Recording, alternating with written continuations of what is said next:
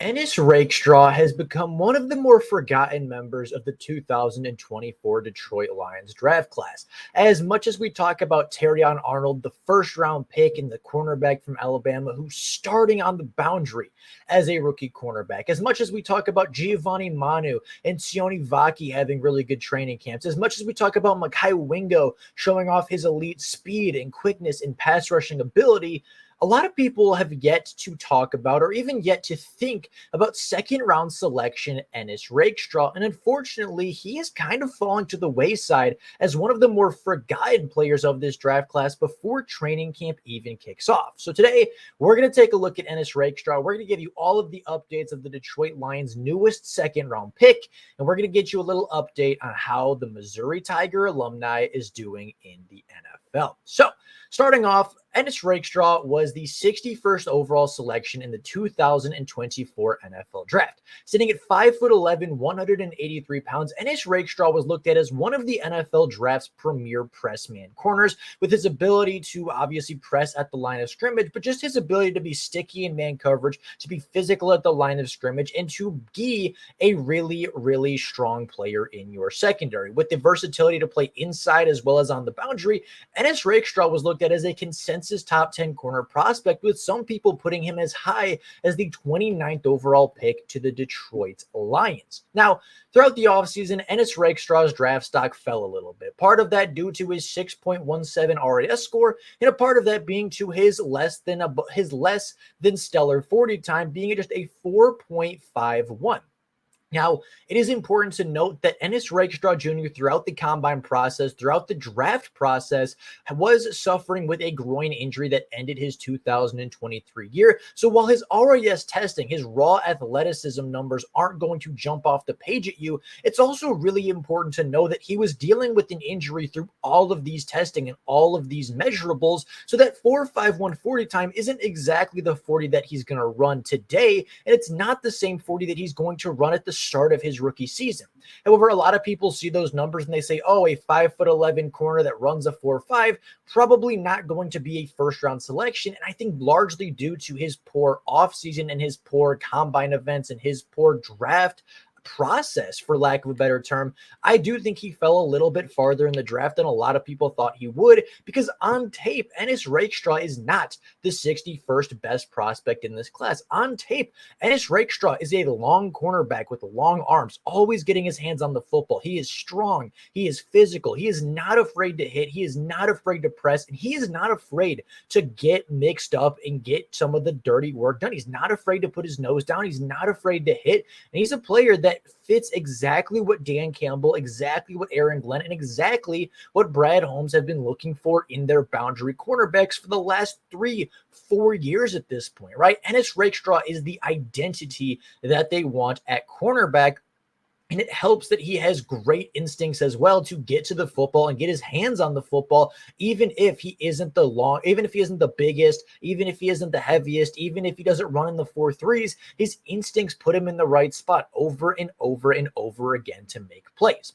Now, taking a look back at Ennis Rakestraw's college career, Ennis started off obviously with the Missouri Tigers, and as a freshman played in 10 games for Missouri, totaling 24 tackles, 2 tackles for loss, a sack, and 6 passes defended, while primarily playing the slot position. Missouri had some really good cornerbacks on the outside. They didn't think that a true freshman cornerback was going to be a player that they wanted on the boundary, and he wasn't going to be a guy that took starting time from upperclassmen. But Ennis was so talented that Missouri felt like they had to put him on the field. So for those 10 games of his freshman season, he played primarily out of the slot. And even though he didn't record a reception, he was around the line of scrimmage. He had quite a few tackles, had some tackles for loss, was sent on the blitz and got a sack, and still had 6 passes defended from the slot. But going into his sophomore year, Missouri graduated a couple of upperclassmen, and Ennis moved to the outside, where he was a boundary cornerback for the next 3 years. His sophomore campaign was unfortunately short-lived, where he played just 4 games, made 13 tackles, and had 2 passes defended. Looked pretty strong for the Missouri Tigers, but again, a short-lived sophomore season unfortunately led to Ennis not being able to play very much. However, in his 3rd season with Missouri, his true breakout junior year, Ennis was one of the best cornerbacks in the SEC, and dare I say, one of the best cornerbacks in the country. playing 13 games for the Tigers, totaling 35 tackles, 4.5 tackles for loss, 1 interception, 12 passes defended, 2 forced fumbles, as well as a fumble recovery. He was starting to force some turnovers. He was becoming the lockdown cornerback that we all knew and all love at this point today. And Ennis had his true breakout year in 2022 when he was a junior. Finally got the full-time starting job on the outside and had a career high in passes defended, his sole career interception, a career high in tackles for loss, his forced fumbles of his career, as well as a career high in fumble recoveries. The turnovers went up. The big plays went up. The lockdown ability went up. And Ennis Rakestraw going into his senior year was a player that was not going to have the ball thrown his way very much, and he didn't. In his senior year, he played in 9 games for the Missouri Tigers with 35 tackles, a sack, a tackle and a half for loss, 4 passes defended, and another forced fumble. However, those numbers seem down because Ennis Rakestraw was targeted just 28 times in 2023, allowing just 18 receptions, 197 yards, and a single touchdown in coverage in all 9 of those contests. He was a player that wasn't targeted very often, and in a big-time SEC conference with some great wide receivers like Xavier Legette, who was a first-round pick, and several other great receivers, Ennis Rakestraw was not a cornerback that teams preferred to target, and they went other ways versus the Missouri defense. Well, Ennis Rakestraw was the #1 cornerback on a top 10 team in the country, hailing from the SEC. Now, if Ennis Rakestraw was such a good football player, why did he go 61st overall? And why aren't we hearing about Ennis Rakestraw in the preseason process, throughout minicamp, throughout OTAs, and as we approach training camp in less than a month?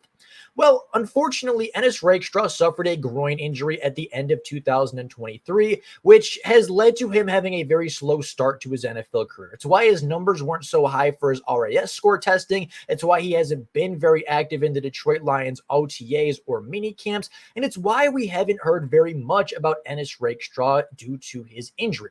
He is currently recovering. He is currently going through prevention training to re-aggravate that injury. And we know from the past experiences that Dan Campbell and Brad Holmes and the offensive and defensive coordinators, they like to bring their guys along slowly. If they have a player that's injured going into camp, they're not going to force that player to play. They're not going to force that player to re-aggravate that injury just to prove himself to a bunch of veterans and to a bunch of coaches who already liked him enough to draft him with a second-round selection.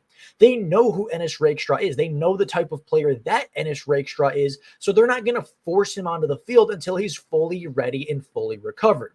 Now, Ennis has said to the media that he feels 100%, he feels ready to go, and that the Lions are taking it a little slower than potentially he would like, but we know that Dan Campbell likes to be cautious about these things, and we know that even with a month to go till training camp, Ennis Rakestraw has still got a little bit of work, has still learned the playbook really well, and is a player that the Lions are starting to ease in to a slot role to potentially replace Brian Branch as the team's starting nickel corner.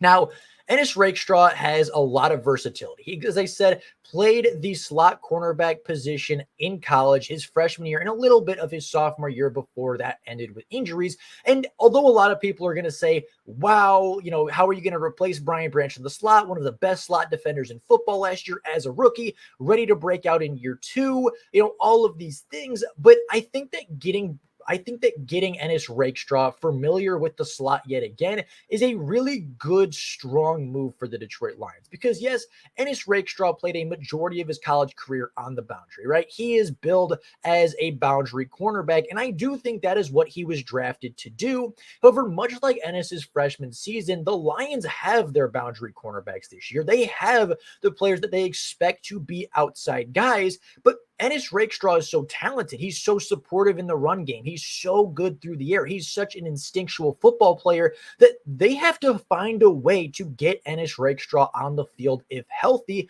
And I think the best way to do that, much like it was at Missouri, is to put him in the slot and let Brian Branch play a more expanded role.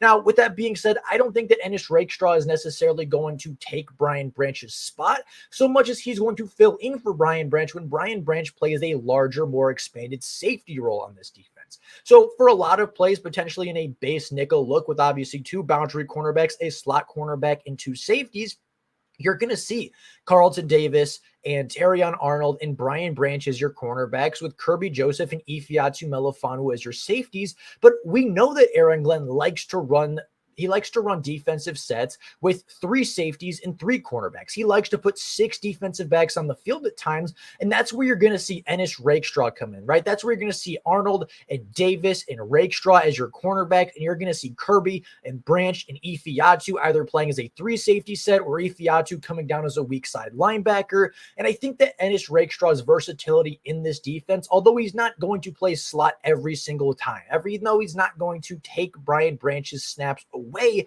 I think it gives the Detroit Lions defense a lot more versatility to move around arguably their best piece in the secondary, that being Brian Branch, for him to have a more expanded and more impactful role in 2024. And I don't think it's possible without Ennis Rakestraw being comfortable in the slot and the Lions having confidence that he can play that role to move Brian Branch around the secondary. Now, with that being said, I do think that Ennis Rakestraw, a year or two down the line, especially if Carlton Davis is a 1 year and out situation, I do think Ennis Rakestraw will take over as the boundary cornerback next to Terrion Arnold, which is something that the Lions obviously can do in the future. But for 2024, they have their boundary guys. Terrion Arnold's on the boundary. Carlton Davis is on the boundary. If there's an injury, you might see Rakestraw go out. You might see Mosley go out there. You might see Amik Robertson go out there. There's a lot of depth at this cornerback position, but I think that the Lions see the talent in Rakestraw. They know they have to get him on the field, which is why they're giving him opportunities in the slot to expand the defense, make it more dangerous, and potentially get one of their 6 best defensive backs on the field in any way possible. With all of that being said, that is all I have for you guys today. That is kind of the up-to-date news on the Detroit Lions' most recent second-round pick of Ennis Rakestraw Jr., a great cornerback from a great defense in a great conference in the SEC, a player that's ready to come in, ready to compete, and a player that I am very excited to see in the preseason. With all of that being said, that's all I got for you guys right now. Let me know your opinions of Rakestraw down in the comments below, and if you have yet to subscribe, please make sure you go down and do so. You're 12 minutes into the video. Obviously, you like the Detroit Lions content. Please do me a favor, subscribe if you have not done so already. We're shooting for 4,000 subscribers by the start of training camp. We have a month to do it, and I believe every person helps. With all of that being said, that's all I got for you guys today. Thank you all so much for watching, and until next time, and as always, go Lions.